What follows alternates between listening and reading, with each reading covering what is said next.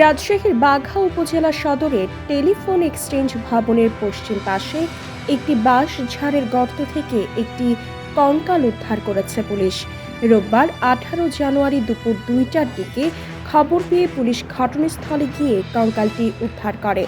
উদ্ধার হওয়া কঙ্কালটি বাঘা পৌরসভার দক্ষিণ মিলিক বাঘা গ্রামের মৃত জব্বার আলী সরকারের ছেলে পাঞ্জাতন সরকারের বলে পরিবারের সদস্যরা শনাক্ত করেছেন।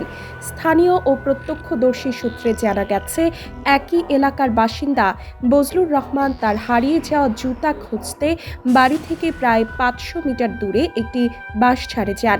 এ সময় সেখানে তীব্র পচা গন্ধ পেয়ে একটি গর্তের ভেতরে কঙ্কাল দেখতে পান। পরে আশেপাশের লোকজনকে ডাকলে তারা ঘটনাস্থলে এসে বিষয়টি নিশ্চিত করেন এবং পুলিশে খবর দেন। দেখছি গন্ধ বাড়াচ্ছে ওখানে, তো কি আমি জানি যে কি গন্ধ, তাহলে টাকা দেখছি হাড় হুড্ডি, তাহলে হয়তো বা কুকুর টুকুর পয়সি টয়সি মইটারি আছে, তাই হাড় হুড্ডি আছে পরি।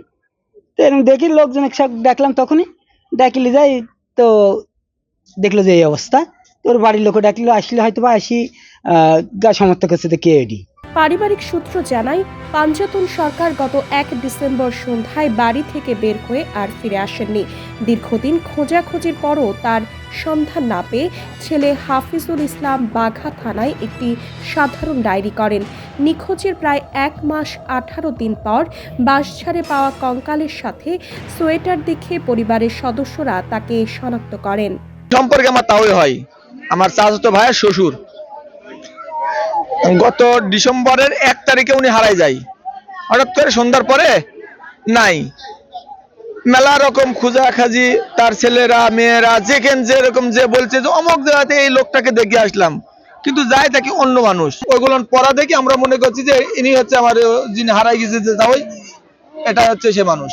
নিহতের ভাই আব্দুল সামাদ সরকার বলেন, কঙ্কালের পাশে থাকা সোয়েটার দেখে আমরা ভাইকে শনাক্ত করেছি, তবে তার পরিহিত পাঞ্জাবি ও লাঠি না পাওয়ায় ধারণা করছি অন্য কোনো স্থান থেকে কঙ্কালটি এখানে এনে রাখা হতে পারে। কারা এমন কাজ করেছে তা আমরা জানি না। এখন থেকে এখানে রাশটা পড়ে রয়েছে আর কি, কাদামাতি কিছুটা সুন্দর হয়ে পড়ে রয়েছে আর কি। তার মাথা হাতটা আছে, লাঠি ছিল একটা কাছে, টাকা ছিল টাকা নাই, পাঞ্জাবি টিভি ছুটে গত ছিল কিছু নাই। এই গত ছিল আছে, কিন্তু টাকা পাঁচ কাছে নাই, লাঠি তার কাছে নাই। ভাই মারা গেল তো গন্ধ দিয়ে থাকা যাবে না। চাদ্দু জামা সুইটার গত আছে, সুইটার আমার চিনতে পারছে আর কি, কিন্তু লাঠি ছিল, লাঠি নাই। এ বিষয়ে বাঘা থানার ভারপ্রাপ্ত কর্মকর্তা ওসি সিরাজুল হক জানান, শুকিয়ে যাওয়া কঙ্কালটি উদ্ধার করা হয়েছে। নিখোঁজের ঘটনায় আগে থেকে একটি জিডি ছিল।